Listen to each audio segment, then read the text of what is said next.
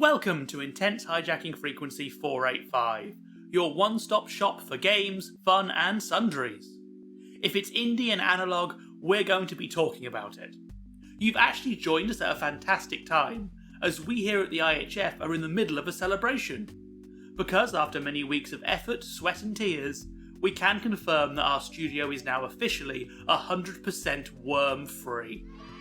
To mark this momentous occasion, we've decided to dedicate this broadcast to animals. Critters, pets, funny little guys. Basically any cute creature that isn't a worm is going to get the spotlight in this episode. So let's head straight into today's bargains.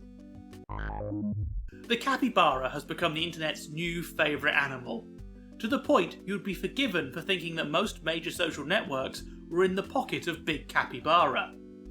But it's easy to see why they're so beloved, as these chill little creatures represent our collective urge to kick back and relax. But Capybara Capers shows that these cute animals have a secret life, one you won't be seeing on social media, as, when the cameras turn off, these critters embark on action-packed heists. In Capybara Capers, you're tasked with stealing the Awesome Lemon, a magical bath enhancer that can make the life of a capybara even better, if such things are even possible. The game is built around a super simple character system, where you describe your capybara with a series of adjectives, and whenever these adjectives are relevant to the task at hand, you get a bonus. On top of this, each capybara draws a card from the Win Conditions deck. As the name suggests, the cards in this deck give each capybara a unique win condition. For instance, if you draw Straight-Laced, you win if the heist is successful. If you draw Capybara Nihilist, you only win if you can go the entire game without saying the word capybara. But the most fascinating win condition is Traitor. If you're a traitor, you have to purposely fail the heist, without anyone working out that you're a dirty little turncoat. This means the charming animal heist game quickly becomes a high-tension thriller as you try to work out who you can trust. Thankfully, each player has trust tokens. You can give these to another player to increase their roll, or you can give them to the GM to decrease a player's roll. But these tokens are a limited resource, and if everyone runs out of trust tokens, the heist instantly fails. Plus, there are also escalation tokens. These tokens are added to the pool whenever players fail several actions in a row. Whenever one is added, you get to add a new adjective to your character, but if 3 escalation tokens end up in the pool, the heist is called off. This clever balance of mechanics means that the game sidesteps many of the issues that plague other hidden role games. The trust and escalation tokens mean that the traitors have to take things slow and pick their spots. But the nice mix of win conditions means that it's easy for the non-traitors to start suspecting the wrong person, stopping the game from ending too quickly. This honestly might be one of my favourite hidden role games, as it perfectly balances light-hearted fun and tense social intrigue, meaning this is a rare example of the genre you can play with conflict-averse friends or people who are not great at subterfuge or detective work.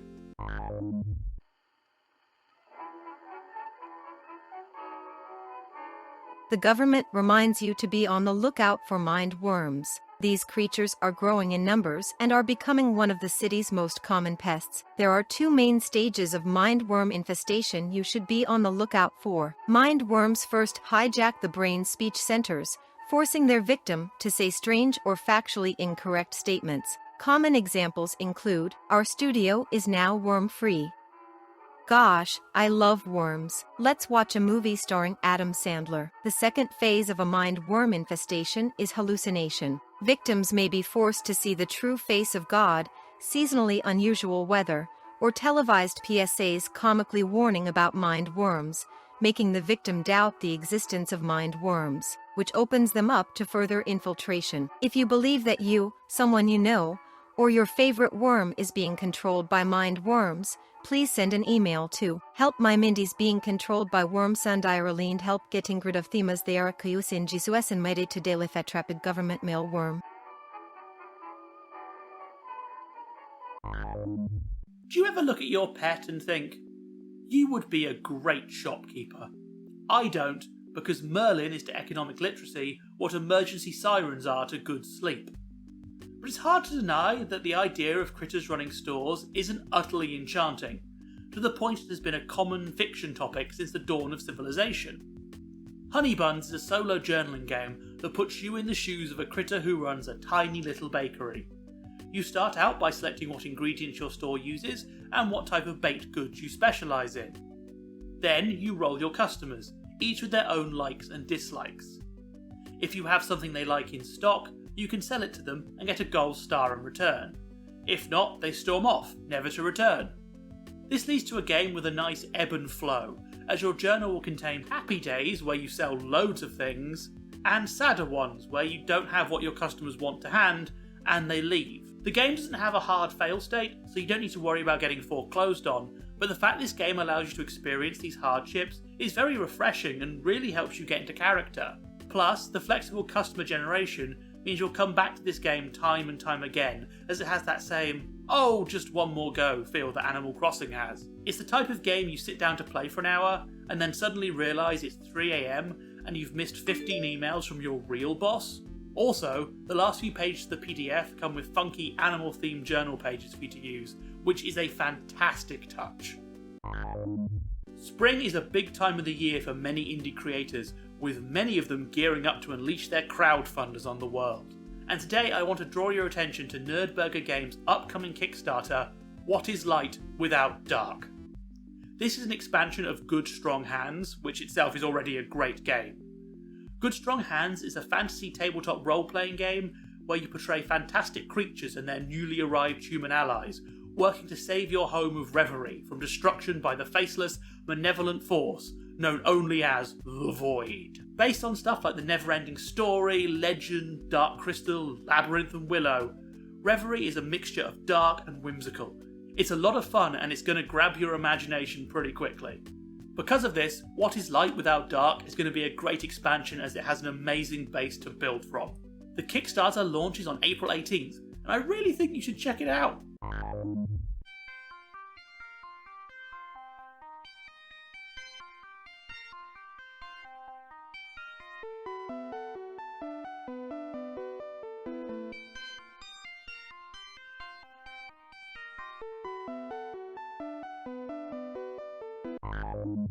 While we're on the topic of creatures running small businesses, I have to talk about Sweaters by Hedgehog, as it's one of my favourite games. If one of my projects comes out late, you can likely blame the delay on Sweaters by Hedgehog, as the game is cosy but utterly compelling. The game casts you as a hedgehog who sells sweaters from their little store.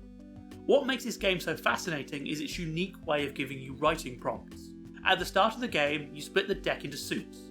To make a customer, you draw one card from each suit. Hearts tell you what creature the customer is, clubs tell you what they want to buy, spades represent the sweater they end up buying, and diamonds tells you something about your interaction with them while they're in the store. This means the game has loads of replay value as there are so many different card combos. Plus, the prompts hit the perfect sweet spot where you never feel lost, but you never feel like the prompts are forcing you to go a certain direction. This is part of the reason the game is so compelling, as it always pushes you to write just a little bit more. So before you know it, all of your notebooks are full of Sweaters by Hedgehog stories. Honestly, it's the best Miss Tiggywinkle simulator on the market. Animals. You gotta love them. Heck, today's offerings are so cute, I'm almost willing to give worms a second chance. Remember, if you've got an indie TTRPG you want to see featured in a future episode, you can drop us an email. Or give me a nudge on Twitter. I'm always looking for fun new games.